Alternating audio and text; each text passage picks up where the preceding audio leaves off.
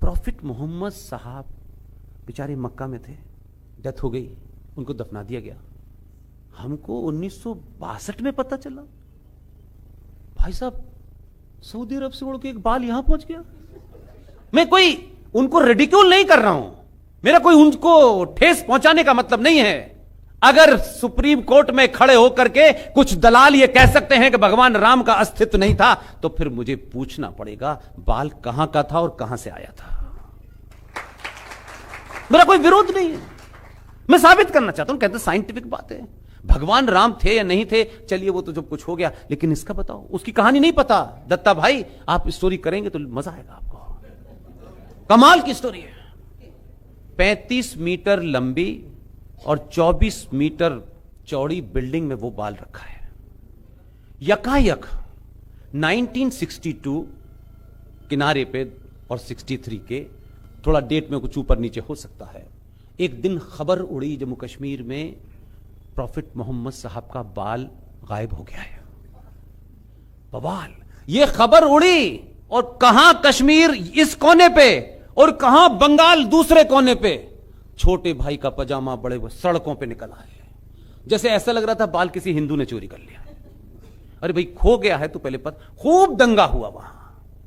लेकिन कमाल की बात है, साइंटिफिक टेम्परामेंट का प्रधानमंत्री, अद्भुत प्रधानमंत्री, सीबीआई के डायरेक्टर को रात में हिदायत दी, इमीडिएटली लैंड करो। स्पेशल प्लेन से सीबीआई का डायरेक्टर आया और उससे कहा बाल ढूंढना है।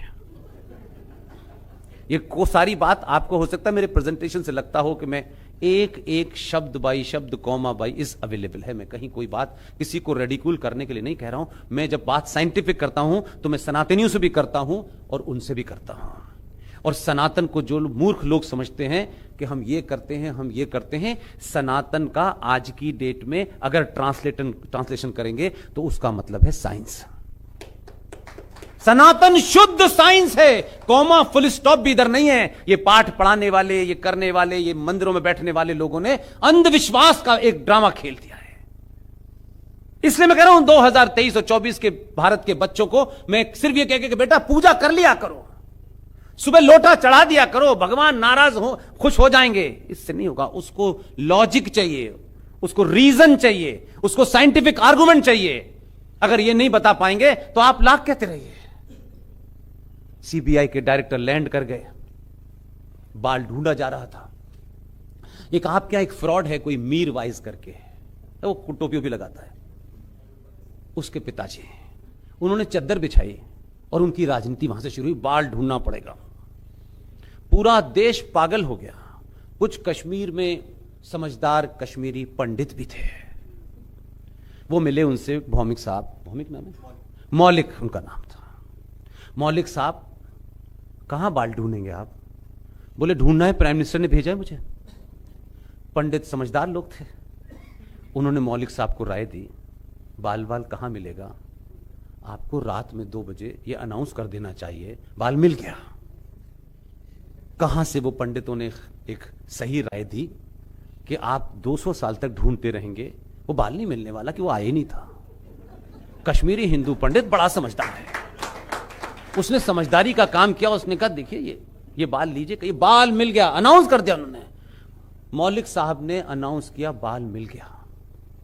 रात के 2 बजे ये मौलिक साहब ने अपनी किताब में लिखा है, मैंने नहीं लिखा।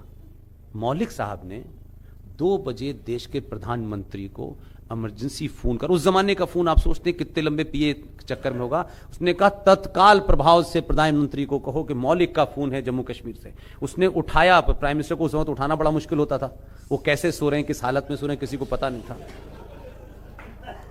तब भी उसने ये गुस्ताखी की कि पता चला कि भाई देश बचाना है, बाल मिल गए। उसने खबर पहुंचवाई कि, तो उन्होंने टेलीफोन लिया लैंडलाइन का, और उस लैंडलाइन के टेलीफोन पे जब मौलिक ने यह कहा कि प्रधानमंत्री जी बाल मिल गया है, तो प्रधानमंत्री ने क्या रिस्पॉन्स किया, मौलिक तुमने कश्मीर को अलग होने से बचा लिया। एक बाल के कारण कश्मीर आपके पास है, नहीं तो ये टूट जाता। तो मैं ये कहना चाह रहा हूं कि कैसे कैसे हमारे यहां नौटंकियां हुई हैं भाई मेरे, और उसको मैंने सुना है एक खास दिन बाहर निकाला जाता है। जो कहते हैं कि हम न अल्लाह है, न उसकी कोई तस्वीर है, न प्रॉफिट है, न उसकी कोई तस्वीर है, न कोई मजार है, न मस्जिद है, हम मानते हैं, तो फिर ये बाल की पूजा क्यों होती है?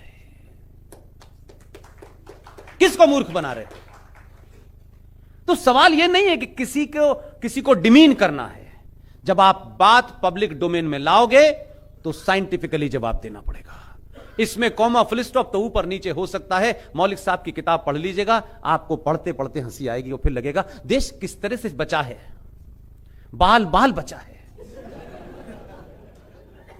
कमाल है, हमारे यहां ऐसी चीजें होती रही हैं और आज भी होती है हमारे यहां नौटंकी। इसलिए पब्लिक डोमेन में पहले नहीं आती थी बातें तो लोग समझते थे बहुत ज्ञानी है पर्सन। ऐसे ही चल रहा है। ऐसे ही हमारे यहां एक नैरेटिव चला कि जिन्ना ने यह कहा था कि हिंदू मुस्लिम दो कौमें हैं जो एक साथ नहीं रह सकती। अगर आप पॉलिटिकली मुझसे पूछें तो जिन्ना ईमानदार आदमी था।